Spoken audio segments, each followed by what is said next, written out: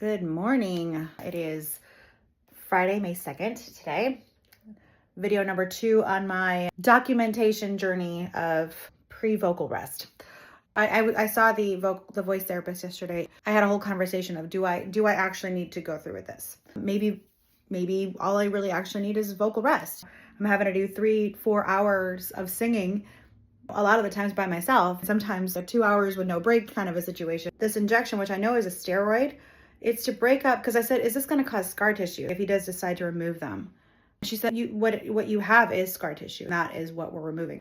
So she explained it in a way, I can't remember what the name of the steroid injection is, but in the left fold, apparently there's scar tissue is built up underneath I think she said the superficial layer.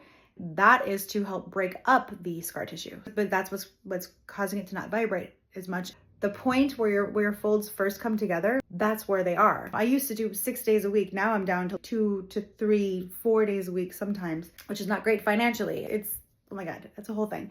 But with all of that singing, they're hitting and they're constantly being, let's go. And then you got the scar tissue building up. So that makes sense that why 30 minutes into the 4-hour night, my voice is fried. And by the last set, I can barely even speak. She's like, well, how are you getting through your gigs? I'm squeezing, I'm pushing. I just have to fucking do whatever I can to make sound to get through the night. It's awful. I'm talking now, I'm coughing. Great for the voice. I'm gonna have to go on a special diet, which I'm not looking forward to because that involves, I don't have, that we know, acid reflux, but it's possible. So they just wanna take a precaution. So I have to be on medication for that for a few months.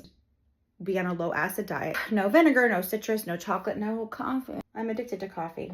It's my favorite thing to wake up in the morning, have a cup of coffee, but I could have 1 cup a day.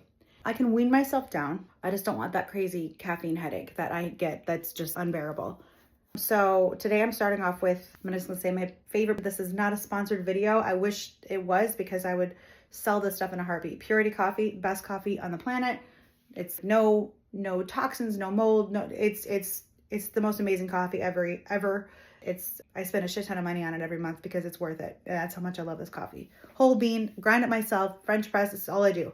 Anyway, it's quality coffee, but they have a 3rd caffeine one. So I have some of that. So I'm starting by adding a little bit of the less caffeine to my coffee. And then I'm because I have a month now, basically, I'm going to wean down on the caffeine, and so I can go down to 1 cup. Because right now I'm about 3 cups, I'd say, a day.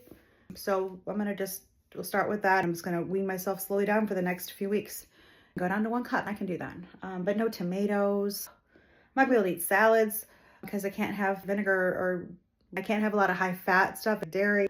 All the things that I love to eat because I eat cheese. It's going out of style. I got to look at this list of foods. Change my diet for, again, a period of time. But the good news about this is I'm hopefully going to lose weight on this diet because, I mean, I need to lose a few pounds anyway. I've gained a little bit of weight. It's been hard to get myself back in order. So, all right, I'm going to eat healthier. It's going to be better for my body. It's going to be, I mean, maybe my inflammation, my digestive issues is going to go down because of all this too. Because if cheese has anything to do with it, or grains/gluten has anything to do with any of my inflammation, this is going to be interesting to see how it affects me going into this. But I do have to watch my activity level. I'm not allowed to really strenuous activity or lifting weights, which I have a shoulder issue anyway. Apparently, oh, this is another thing I found out. I thought I had a shoulder impingement. I guess it's now called biceps tendinopathy, or my doctor said tendonitis, which has turned into tendinosis, but then I looked it up. Now it's also called tendinopathy. So one of those 3 words, I've got that. It's extremely bad just to lift my arm or just to rotate my arm anyway. I went to physical therapy for that, but one of the things I need is rest. I'm constantly using this arm to do lifting my equipment, grabbing something off the side of the bed. So hopefully in a month, that'll give me a little bit of rest there too. This can start to heal too. So it's just going to be a whole overhaul on my health. So it's going to be a really interesting process. Now, another 8-minute video. So that's what's going on now. I still haven't posted this, but I might post it. One day I'll get deeper into the story, I think. But right now it's just getting through what is happening. One more thing. I was playing last night at the Fenton Hotel. I met this couple at the end of the night.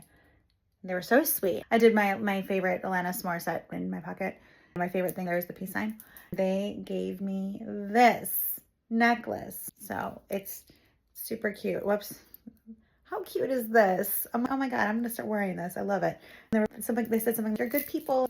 Every time we meet somebody, we have stuff and we give it to them. That's awesome. It's a cute little thing. I think I'm gonna wear it because I love peace signs and peace, love, all that. So hippie Julie, come back.